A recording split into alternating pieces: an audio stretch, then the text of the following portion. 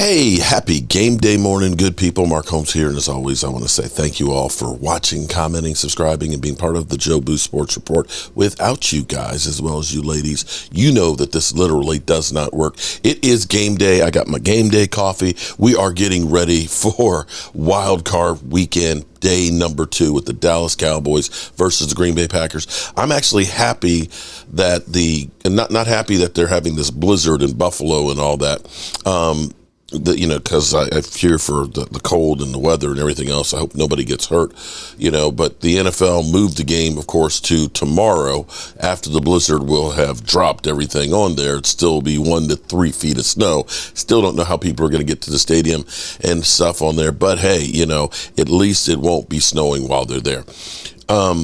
But I'm happy that we don't have a 1 o'clock game. That way I can focus in on getting everything ready for just the Dallas Cowboys and be completely fresh. In fact, I got to go to the store and get everything I need to make the big sub as well as the chili. We'll have a game day party right here. But I want to go to game day morning this morning and get the updates from NFL Network on the game, the latest. And let's go to Jane Slater. Jordan Love, he helped bail a fan out of a snowdrift this week, and this season helped resurrect the hopes of Packers fans for a playoff win and run in the absence of Aaron Rodgers. Now, what's remarkable about what he's been doing this season is the fact that at times he hasn't had one of his star wide receivers in Christian Watson. Watson, a problem for Dallas last year in that overtime loss at Lambeau.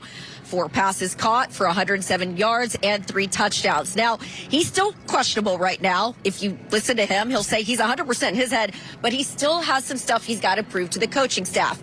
If he can't go, well, they've got Jalen Reed, who in those 5 games without him, he's got 13 receptions and 2 touchdowns. Now, talking to him on Friday, he says his specialty is the slot. He loves it there because he says that's where he can make some plays. We'll see how the Cowboys do against Reed or Watson, particularly when you got to figure how do you focus on Aaron Jones? That's absolutely right. And the Dallas Cowboys, we all know these numbers. Yeah. That's the curse of Jimmy, right? That's what I'm talking about. What you're saying? And there's a reason I keep telling him, look, I need these guys to hear. I need those players to hear this. It's not your fault. I guess with those young Packers receivers, if they continue this streak, those meddling kids will keep you on the case. Okay. The important part about going home and getting this 2 seed is you can give somebody else the opportunity to knock San Francisco off. You never have to leave. Scooby-Doo, I guess. Scooby-Doo. I think you got it. We're here to go on the road and Lordy. machine here. Scooby-Doo. One didn't get it spiked in time, and their season's going to end. Shaggy, here we go! Remember the day that Zeke Elliott was the center? This game is over, and so is the Cowboys' season. Roll, Reggie. This was as bad a disrobing as you could have possibly imagined. You're going to have to go to San Francisco. Nobody thought you could win then. Nobody thinks you're going to win it now. I like that. I like that. And that says some my goodness. That's good stuff. So is Mooch Velma in that one? Is that who that was? Oh, yeah. We should show that again. I didn't recognize you with all that hair, Rich. Look at that. On the bus. And you're Shaggy. Scooby-Doo. Look at me. I love it. All right. Oh, that is cool. It's Velma. Moses, who are you?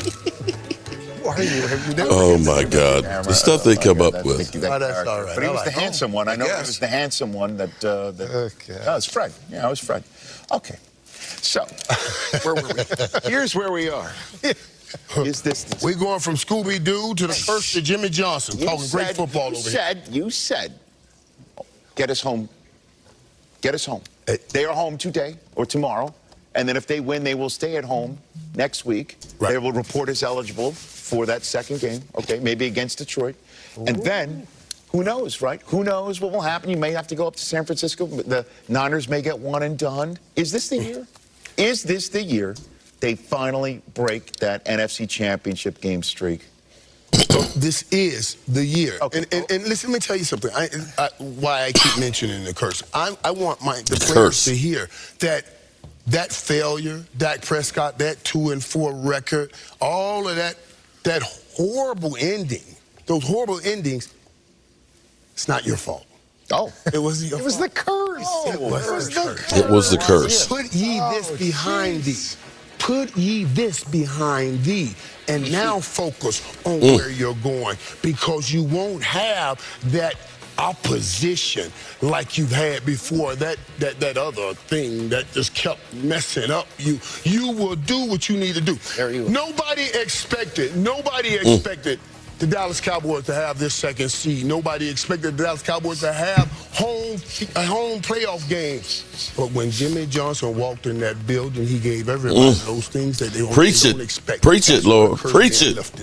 Does. And I want them players, just go out and play. Watch what happens today. I'm telling you, this is today. I have a bracelet on. I got everything. Well, tomorrow, actually. Tomorrow. You would like it to be played today. I would love for it to be played today.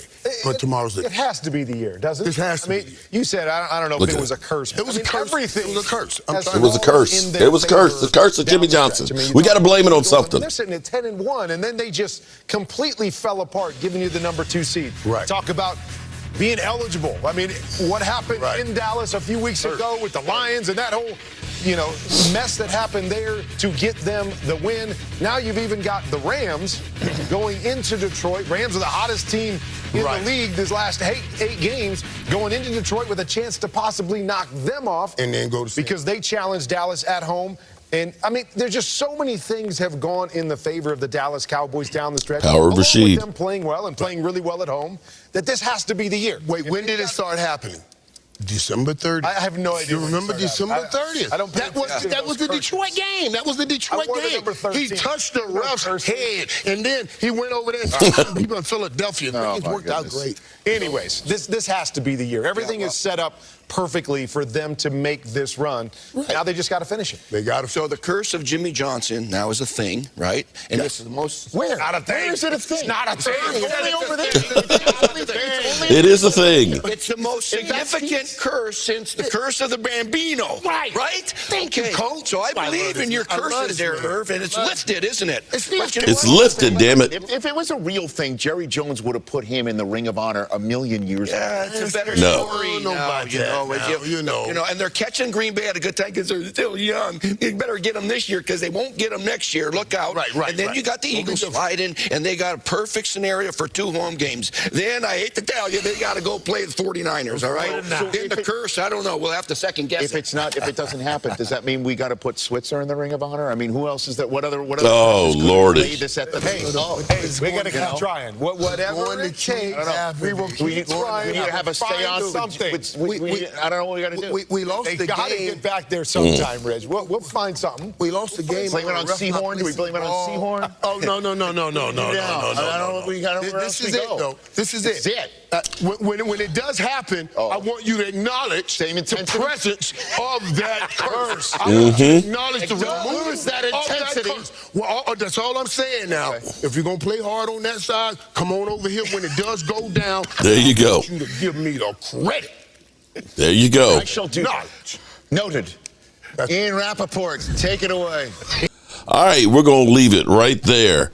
And for me, I'm hoping that the football gods above us here, along with the power of Rashid, because, see, here's my thing on it. I miss Rashid. I miss him so much. I miss Stuart Morrison. I talked to Stuart's mother last night, and she said she hopes that the Cowboys win because that is Stuart's dream and wish.